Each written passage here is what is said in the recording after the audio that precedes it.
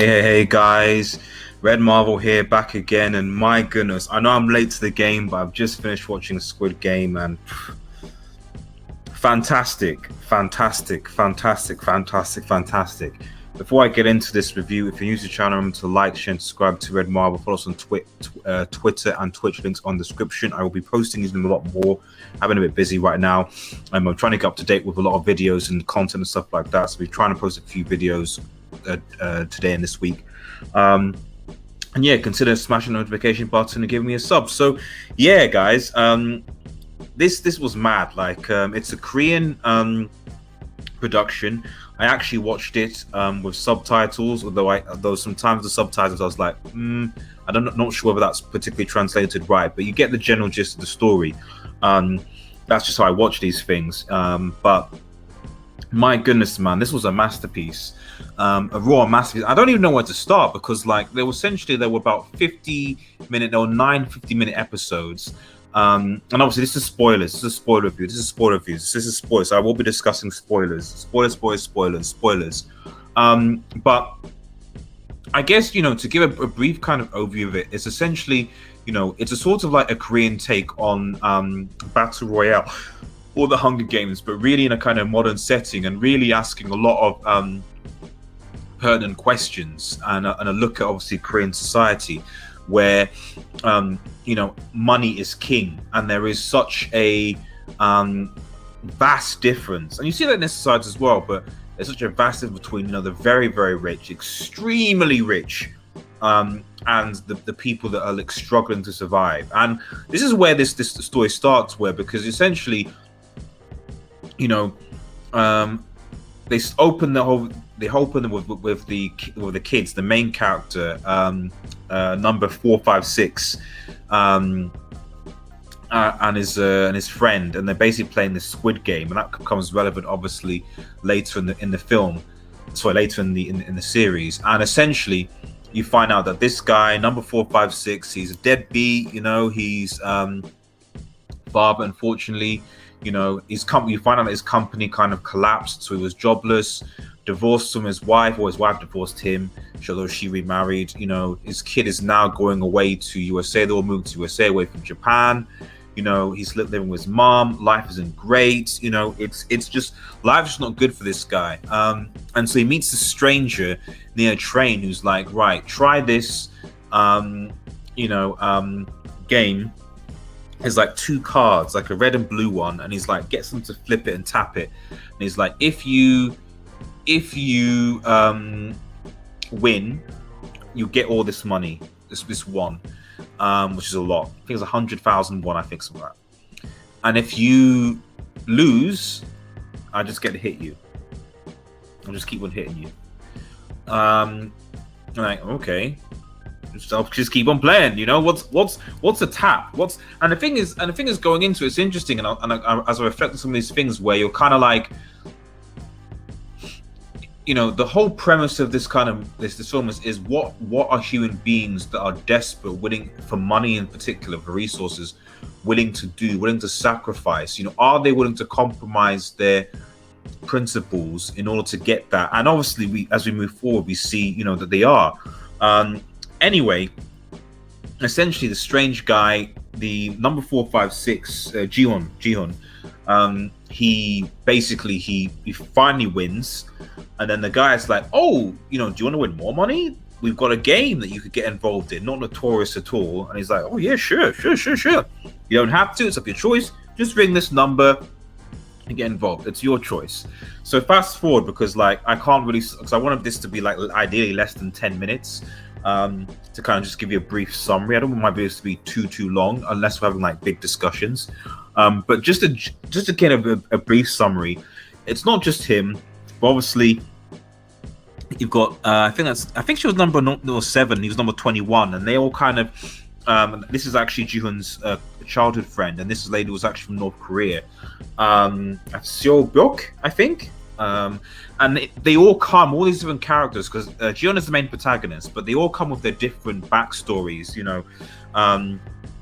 21 here, he was like seen as like the best in the town, and went off to Seoul University and went abroad and made things and stuff, and you find out that he gambled everything. Like he just gambled, on betting on people's futures, and he's in billions of debt. And he put his mother's house operation as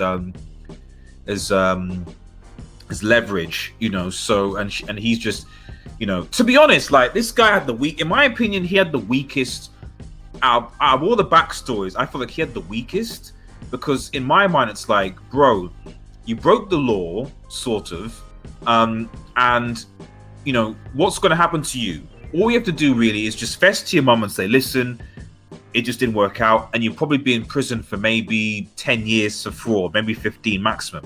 That's it. Like, your mum will still love you. You look young looking. Still a chance to make it to a good life afterwards. Like, you're not losing that much. So I was like, bro. Whereas for the others, like for example of Seven, she's wanting to sort of get the money so she can go and get her mother, rescue her mother from North Korea to bring her back to her brother, so they can be a family again. He's trying to build out. Obviously, 456, he's trying to try and be with his daughter. There's so many. Our Pakistan friend, who we get introduced to, he's poor, he's an immigrant, not being paid at all. So there's so many other people in this that come in their backstories, not including the thugs, by the way, that had more pressing issues, to be honest, than Mr. Number 21 here. But it is what it is. Man, this is going to go on for longer than 10 minutes. I'll try not, because there's a lot to just say about this because it was so good. But anyway, the premise of this whole thing is basically just games. They do a series of games, and every round more money is given. And at the start, they're given basically this contract that says, listen, only 3 rules. Basically, and I think somewhere it's like, when you start, you've got to play the game. 2, if you come out of the game, or you stop playing or whatever, or you run away, whatever, you're going to be eliminated.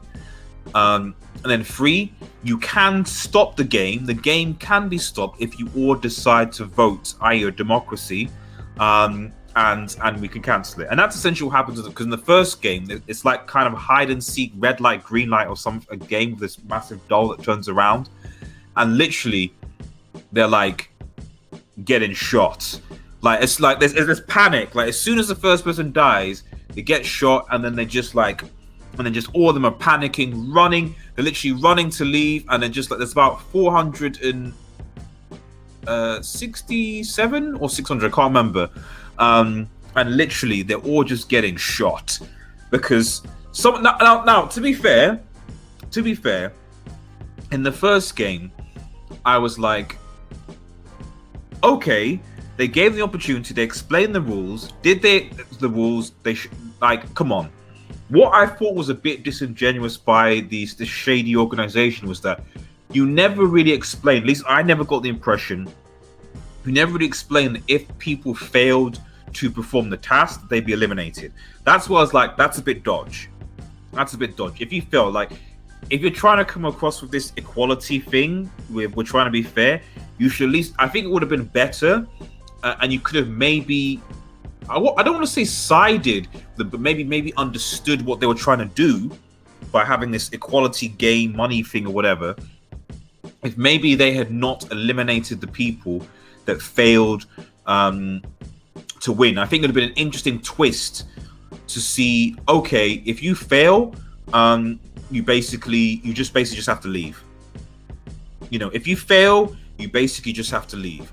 But if you win and keep on going, you take on these risks. But I just think that would be interesting, because it'd have been interesting to see the characters who would obviously valuing their life, and therefore maybe would have decided, you know what, I'm going to fail this challenge and then go and then be left to free, versus the ones that like were so desperate because the life outside was so garbage. They went in, and that's what happens effectively, because what ends up happening is that after the first game, they take a vote, and the majority just vote that should be cancelled. And the one that cast the last vote is the old man. And I'm going to get back to that old man. This elderly man who's got a brain tumor. He's getting with dementia. He's not really with it. People think he's weak. He's not going to do, but he's involved in the games. He's number 1. And I'm just thinking about it now, like he's the one that stopped the games. He's the one that Caster said, nah.